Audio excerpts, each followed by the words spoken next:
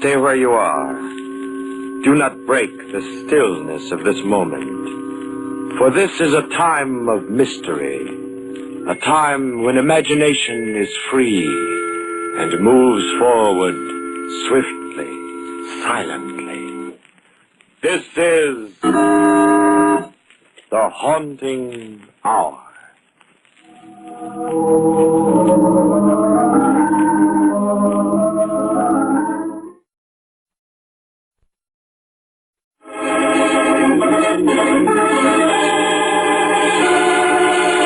Bird of Death.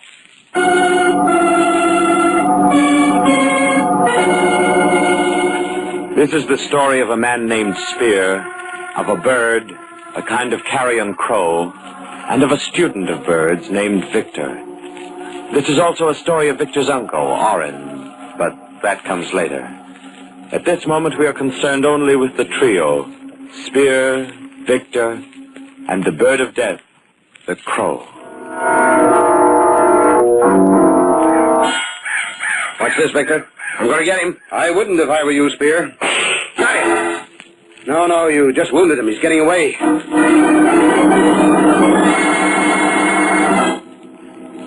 Why did you object to my shooting that bird? It's a member of the Corvus Coroni family, a kind of carrion crow. So what? Well, there's an old Indian tradition about those particular birds. A tradition, eh? Well, what is it? Not that I'm interested in those old superstitions. I would be if I were you, Spear. Why? Because, according to legend, it is the bird of death.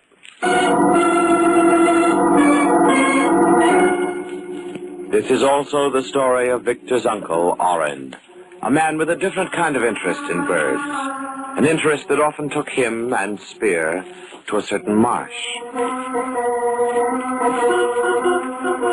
Are those all the decoys we brought with us, Spear? Yes, sir. Then roll over to the blind. Never can tell when a flight of ducks will come along. Yes, sir. There's that old fishing weir. It's a pity it isn't used anymore. I hate to see anything wasted. Yes, sir. Just a lot of stakes driven into the marsh. A fish trap. They bait it, the fish get in, and they're caught. Looks like an arrow from above. Yes, sir. I'm glad we put the decoys around it. It's a natural place for them. Makes the setting perfect. No duck will be suspicious of it. Yes, sir. You stop that infernal yes, sir. Can't you say anything besides yes, sir? Yes, of course, Miss Oren. Anything you wish. You know, you're too agreeable today, Spear. Too agreeable. There's a streak of cussedness in you. It's usually right beneath the surface, but you're covering it up today. You're covering it up real well. What's up? Why, nothing at all, Mr. Oren. I don't know what you're talking about. You don't, eh? Well, most people don't know what the other fellow's talking about. That's what's wrong with the world. More people would. Hurry up, Spear. You're rowing as if we had all day. Yes, sir. Can't get over what a perfect setting that old fishing weir makes for our decoys. Why, the ducks will come right into the nozzles of our shotguns without suspecting there are any hunters around. It's a good setup, all right. Good. It's perfect. You know, that's what counts in the world, Spear. The setting. Give a man the right setting and he can get away with murder. Why, there's been many, Hey, Spear, you're not rowing toward the blind.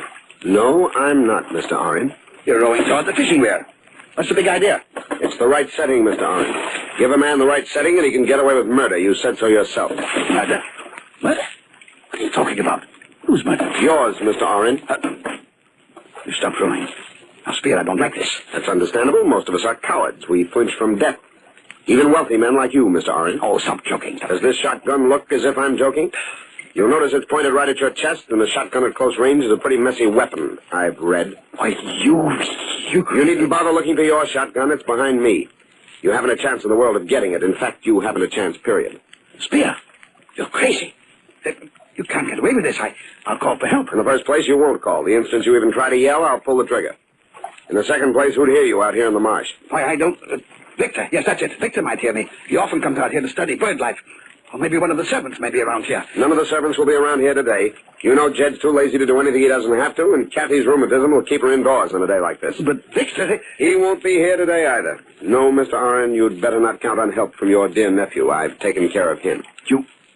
You killed Victor? Now, why would I do that? I only want to kill one man, and that's you, Mr. Oren.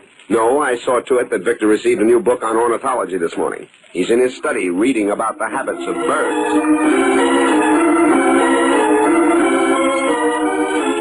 The habits of birds. Birds that, according to scientists, were once reptiles.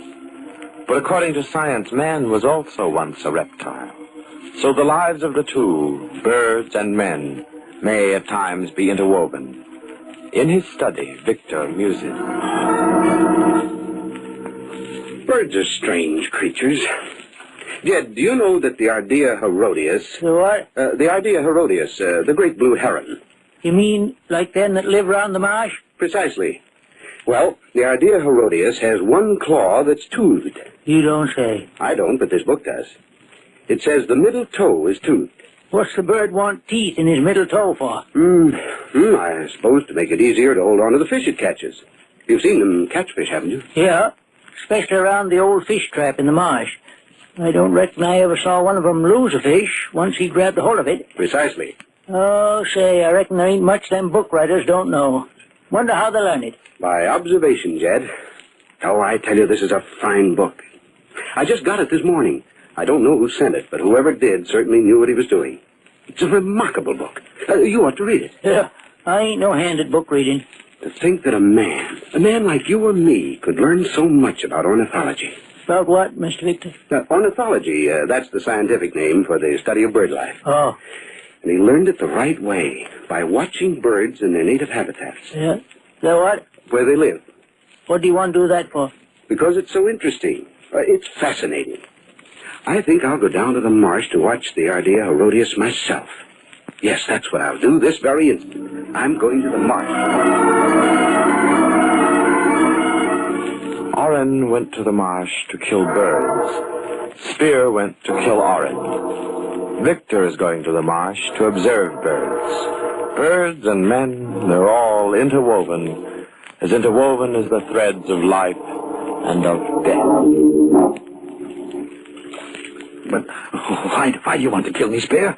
You've been my secretary almost 10 years. I've paid you well, haven't I? I've been good to you, haven't I? But not as good as I'm going to be to myself. Why, I even made a provision in my will for you. But not as big as the provision I've made in it. As you've made? What are you talking about? I've destroyed your will and substituted one to fit my own ambitions. I'm going to inherit quite a piece of your estate. So you won't get away with it? You'll be found out. Do you think so? How many years have I been signing your name to letters? About 8. Has anyone ever detected that it isn't your signature? No, that is... Exactly. No one will ever suspect the will as a forgery. Simple, isn't it? But it is never simple, Spear. You're quite philosophic for a man who is about to die. But you overlook the fact that I've planned this carefully for 5 years. I know every detail of what I'm going to do. There isn't a chance of a slip-up. The perfect crime, eh? Yes, I suppose you can call it that. Everything will go just as I planned it, Mr. Oren. With your money, I'll be on Easy Street the rest of my life. I'm not dead yet. I'll take care of that in a moment, sir. There are easier ways of making money, Spear. I like this way better. Incidentally, that's where you're going to be buried, Mr. Oren. Over there at the fishing weir. Take a good look at it. Not every man gets a chance to see his future grave. No, not every man gets a chance to see his future grave. But every man has his own hopes of averting, or at least delaying, death. Other people may inadvertently help him. For instance, right now at Oren's house, Kathy, the housekeeper, is saying...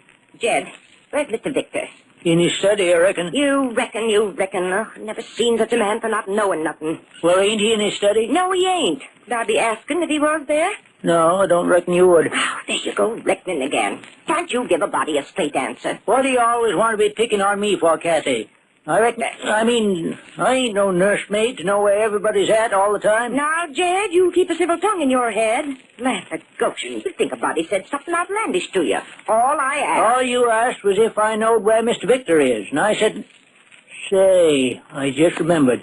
He said he was going out to the marsh to see... Just what I thought. He's going out to see if he can get a look at some of them wild birds he's so crazy about. Oh, I might have known it. That man'll be the death of me yet. Well, what you carrying on like that for? Can a man go for a walk to the marsh without you raising a ruckus? Not without his mackinaw on a raw day like this, he can't. Ah, that poor boy'll catch his death of cold. Goshen, I don't know what folks would do if I didn't look after him. Now, you get Mr. Victor's mackinaw and take it to him right this minute. Oh, Kathy, if he didn't take it himself, maybe it's 'cause he don't want it. Jed, you do like I say. You take Mr. Victor's Mackinaw to him right this minute. If he had my rheumatism, he'd know better than leaving it behind. But how am I going to know where he's at? You just said yourself he was going to the marsh. Well, you go there, too. Keep looking till you find him. Oh, all right, all right. Don't get head up about it. I reckon all I do around here is go traipsing around following.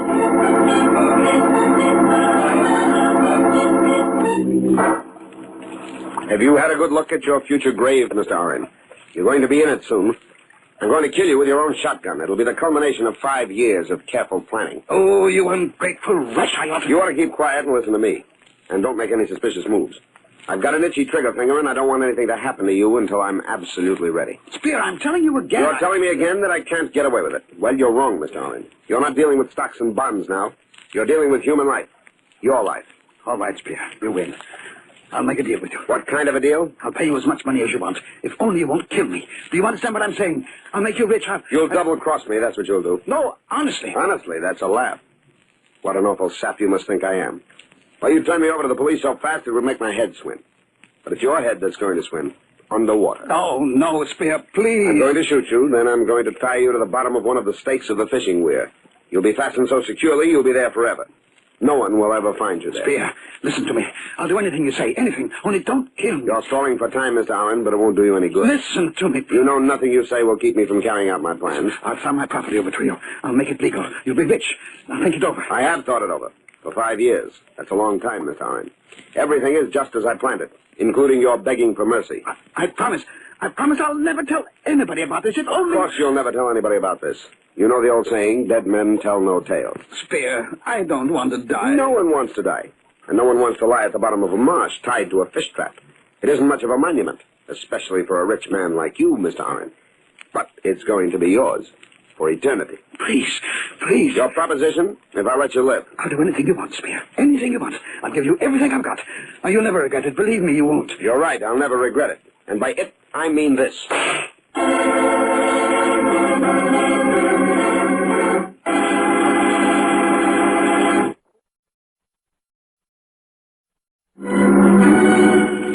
This is the story of Spear and the gun which he fired twice. The first time at a crow which he did not kill but merely crippled. The second time at his employer, Mr. Oren, whom he murdered on the spot. This is the story of Victor, Mr. Oren's nephew, a student of bird life who worries about the crippled crow and who questions Spear about the disappearance of his uncle. He does not know that Spear has fastened Mr. Oren's dead body to the bottom of an old fishing weir in the marsh. You were right, Victor. That crow was the bird of death. Of course, I don't believe in Indian superstitions, but if I hadn't shot that bird, maybe Mr. Oren wouldn't be dead now. Don't blame yourself, Spear. But what I can't understand is why we haven't been able to recover the body. That crew of men has been searching around the center of the marsh with grappling hooks all day now. Maybe the body is caught on a shrub or something at the bottom. This could be. If that's the case, I'll ask them to use dynamite. Dynamite? I hadn't thought of that. Are you sure you pointed out the exact spot where the accident happened? I'm positive. Then there's nothing to do but use dynamite. That'll dislodge anything in the immediate vicinity.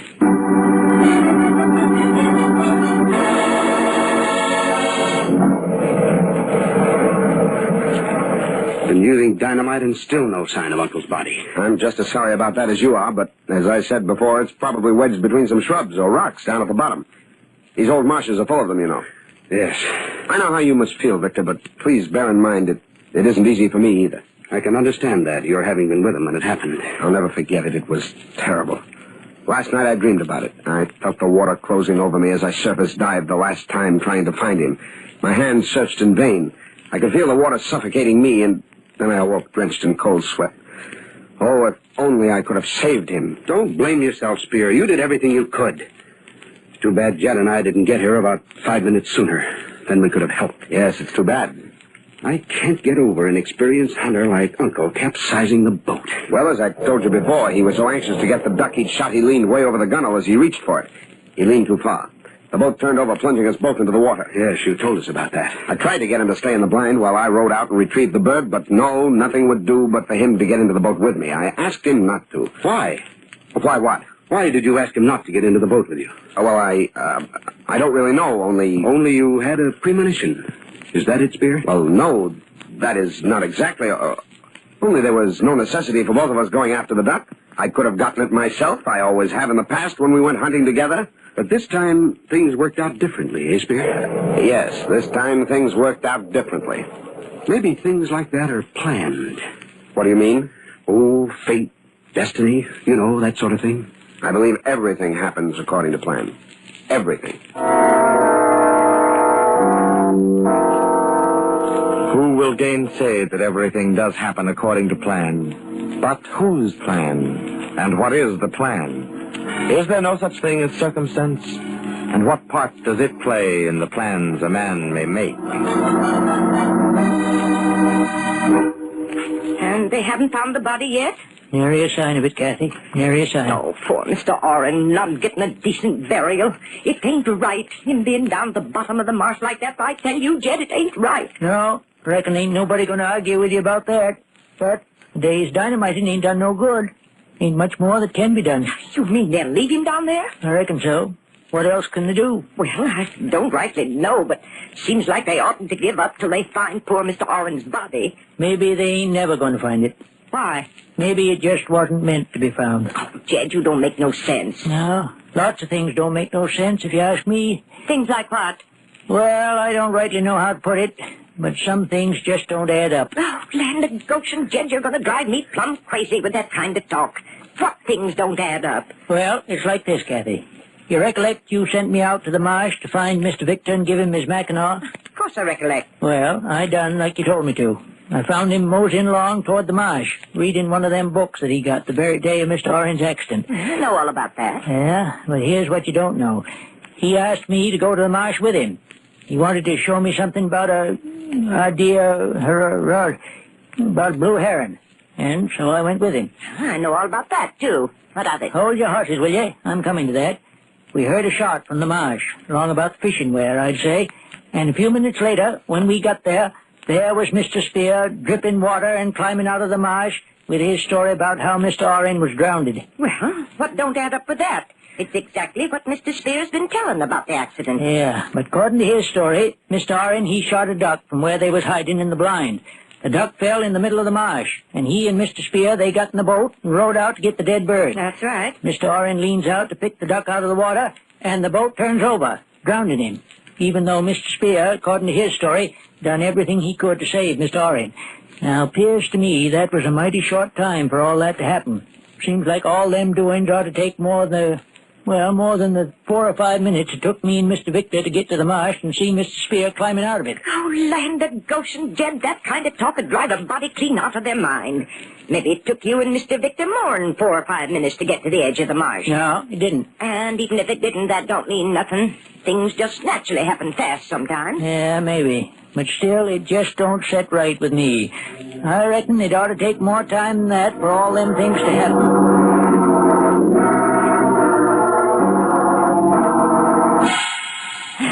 So they stopped dynamiting her. Yeah, Kathy, Mr. Victor finally give it up. Said there wasn't no use keeping it up forever. Oh, that means poor Mr. Oren will be down there at the bottom of the marsh till doomsday. I reckon so. I still say the whole thing don't add up just right. Oh, now don't start that again, Jed. Body just can't stand being around you when you carry on with such crazy talk. I just can't help feeling Oh, that... land of Goshen. You make even my rheumatism worse for that kind of talk. All right, then I'll keep quiet about it. But I still say... There you go again. All right. Don't get yourself het up. You and your crazy talk. You haven't told Mr. Victor any of it, have you? No. Well, don't. Got enough on his mind right now as is. I won't say nary word about it to him. Promise? Yes, I promise. That's better. By the way, where is Mr. Victor now? I reckon he and Mr. Spears over at the lawyer's for the reading of the will. Looks like they could have waited a spell before they went into that. Mr. Spears said they might as well get over with. Guess he's right. Oh, I get all fussed up inside thinking of poor Mr. Oren resting down the butter. Jed, where you going? I think I'll just mosey on over to the marsh for a spell. I just can't get it through my head why the whole thing don't add up.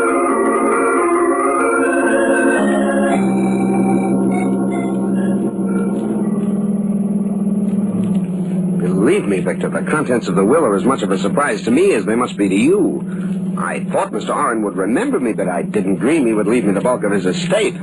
Neither did I. I'm sorry if it upset your plans in any way. My plans? Looks as though Uncle didn't think much of them. Then he knew about them? He knew I wanted to devote my life to ornithology. He gave me the impression he approved of it. He must have changed his mind. Evidently, but it doesn't change mine. I'm going to be an ornithologist. I played around with it before as a hobby, but I'm in dead earnest now. I'm going to start right away. In fact, right now. Now? Yes. Spear, I'm going to begin with the birds I've observed closely the last few days. But, Victor, you were at the marsh the last few days. Precisely. And there were birds there, birds I want to see again. Spear, drive as close to the marsh as you can, then we'll walk the rest of the way. If you don't mind my saying so, it sounds rather silly to me. Do you mind doing what I ask? No, I don't mind. Why should I? I don't know. But then there are other things I don't know. Things I intend to find out about. You have a gun? A what? A gun. What's the matter? Don't you understand English? Look, Victor, I can understand your being upset about the will. Well, have you got a gun or haven't you? There's a double-barrel shotgun in the back of a car. That's perfect for what I want.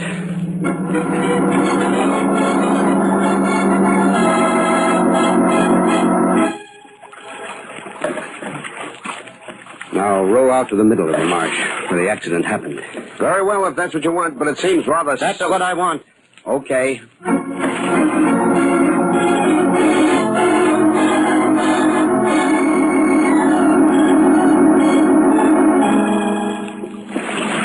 Well, here we are. Now, what's this got to do with birds? Plenty. See that buzzard of a crow sitting there on the fishing weir? The bird you crippled? Well, watch me take a shot at him. You missed him. I intended to. Killing isn't in my line. What does that crack mean? You'll know soon enough. I don't understand you, Victor. First you try to keep me from shooting that bird. Then you take a crack at him and miss him on purpose. You must be losing your mind. On the contrary, my mind is just beginning to function. Now, Spear, I want you to row over to the fish trap. Huh? You heard me. I said row over to the fishing weir. Now, look, Victor, I've had all of this I want. You can't order me around. I'll remind you that this is a double-barrel shotgun. Only one shell has been fired, so the other barrel is still loaded, and it's pointed right at you. Do I make myself understood? Yes. All right, then. Row!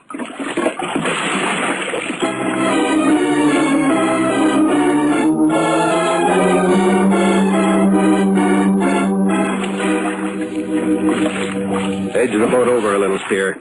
Right against the stake that crow is sitting on. Why, it's back. Yes, it's back. Back on the same stake it's been sitting on for 3 days now. It just sits there and stares hungrily straight down into the water. Well, what of it? That bird is a scavenger, Spear. It isn't here to catch fish like the other birds.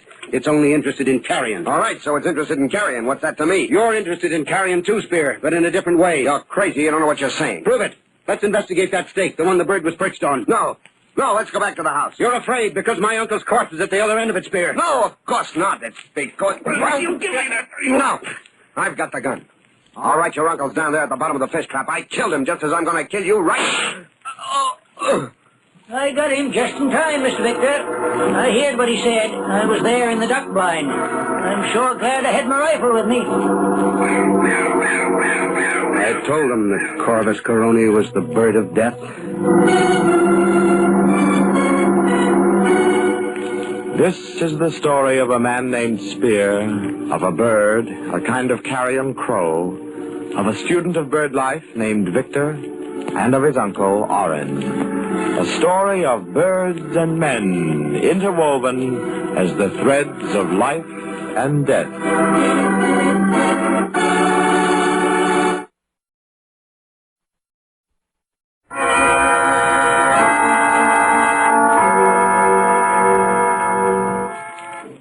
From shadows and stillness, mystery weaves a spell of strangest fascination, charging the mind with doubts and fears. For mystery is a strange companion, a living memory in the haunting hour.